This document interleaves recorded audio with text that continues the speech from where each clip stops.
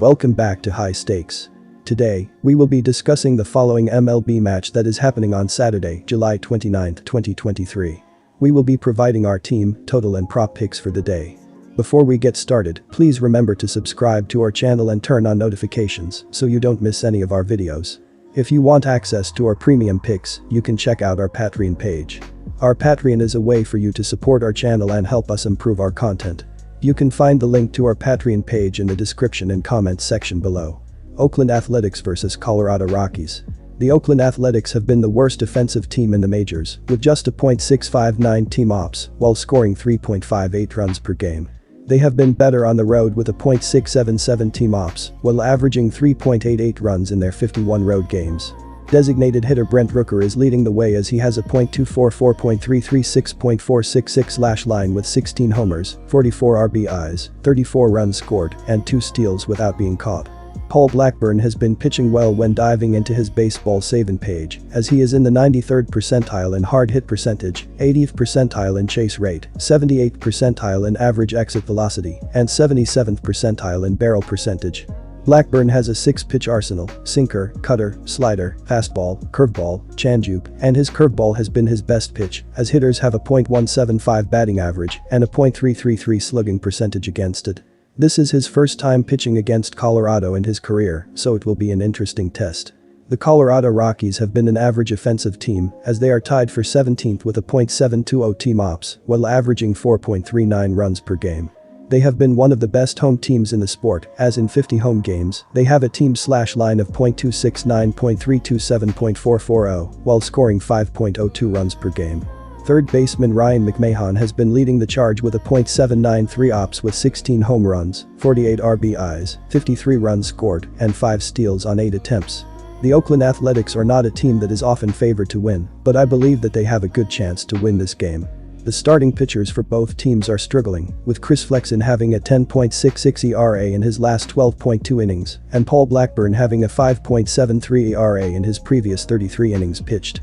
The Athletics have a better chance to win because they are a more aggressive team on the base paths. They have stolen 101 bases this season, which is 4th in the league. The Rockies have only stolen 39 bases, which is last in the league.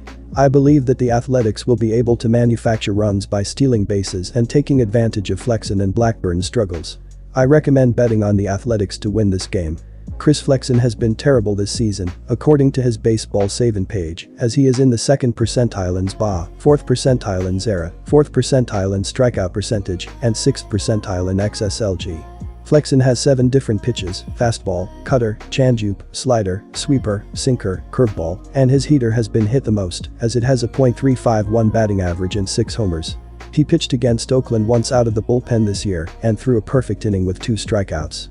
These offenses have been scoring decently well as of late, with the A's scoring 3.62 runs in their last 13 games, while the Rockies are averaging 4.92 runs in their previous 12 games. These bullpens have been atrocious as well, with Oakland being last in the sport with a 5.55 reliever ERA, while Colorado is 26th with a 4.77 bullpen ERA on the year. All in all, go with the over at Coors Field. Texas Rangers vs San Diego Padres. The Rangers had scored 13 runs in a win before their last game, only scoring once in a 7-1 loss to the Padres.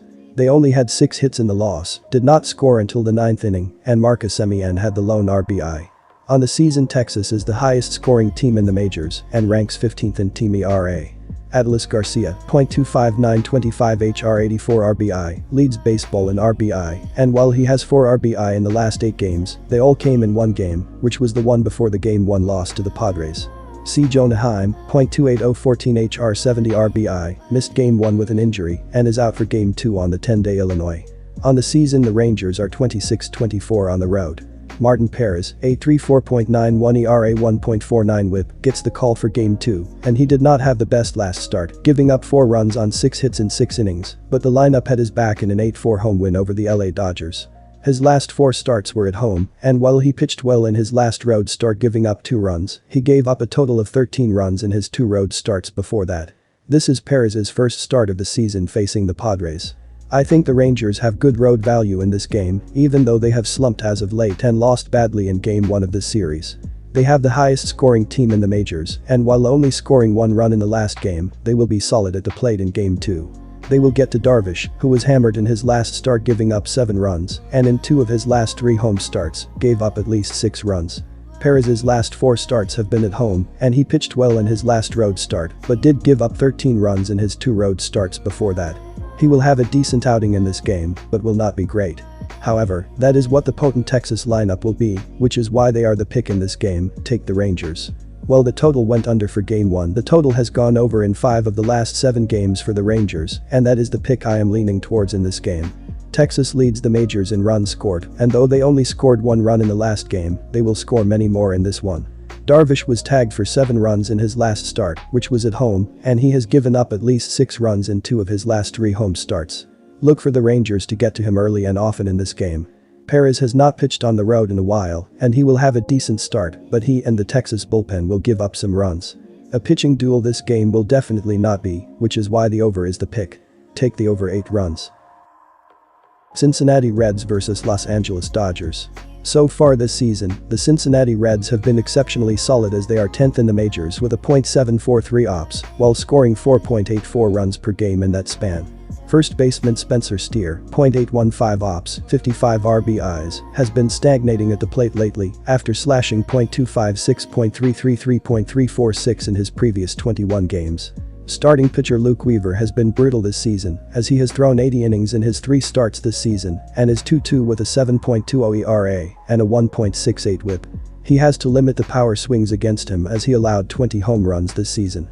Weaver is coming off a no decision over the Arizona Diamondbacks, where he threw 4 innings and allowed 3 runs on 8 hits with a hit by pitch, 2 walks, and 1 strikeout. The Los Angeles Dodgers have been doing extremely well throughout the season, as they are 3rd in the sport with a .789 ops, while scoring 5.64 runs per game up to this point. They have been outstanding hitting for power as they are 2nd in MLB, with 166 home runs as a team. First baseman Freddie Freeman, .990 ops, 21 HR, has been on fire as of late, as he has a 1.266 ops with 4 homers, 10 RBIs, and 15 runs scored in his last 12 games. Emmett Sheehan has had a mixed bag in his first 6 MLB starts, posting a 3-1 record with a 6.75 ERA and a 1.47 whip. Luke Weaver has been struggling in his last 7 starts, with a 1-0 record, a 9.00 ERA, and a 2.07 whip. The Reds and Dodgers have also been on opposite ends of the offensive spectrum in recent weeks. The Reds are averaging just 3.77 runs in their last 13 games, while the Dodgers are scoring 6.33 runs in their previous 12 games. Given the pitchers' recent performances and the offensive disparity, I believe the Dodgers are the better team and should easily cover the run line.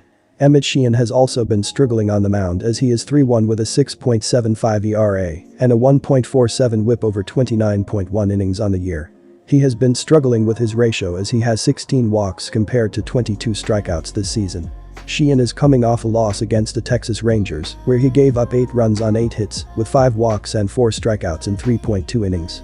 Both of these starting pitchers have been getting crushed in the month of July, as Luke Weaver is 1-0 with an 8.22 ERA and a .353 batting average in 4 starts, while Emmett Sheehan is 101 with a 12.41 ERA and a .321 batting average in 3 July starts.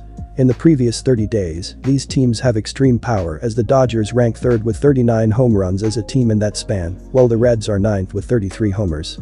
All in all, go with over 10 runs as it feels like the better option here.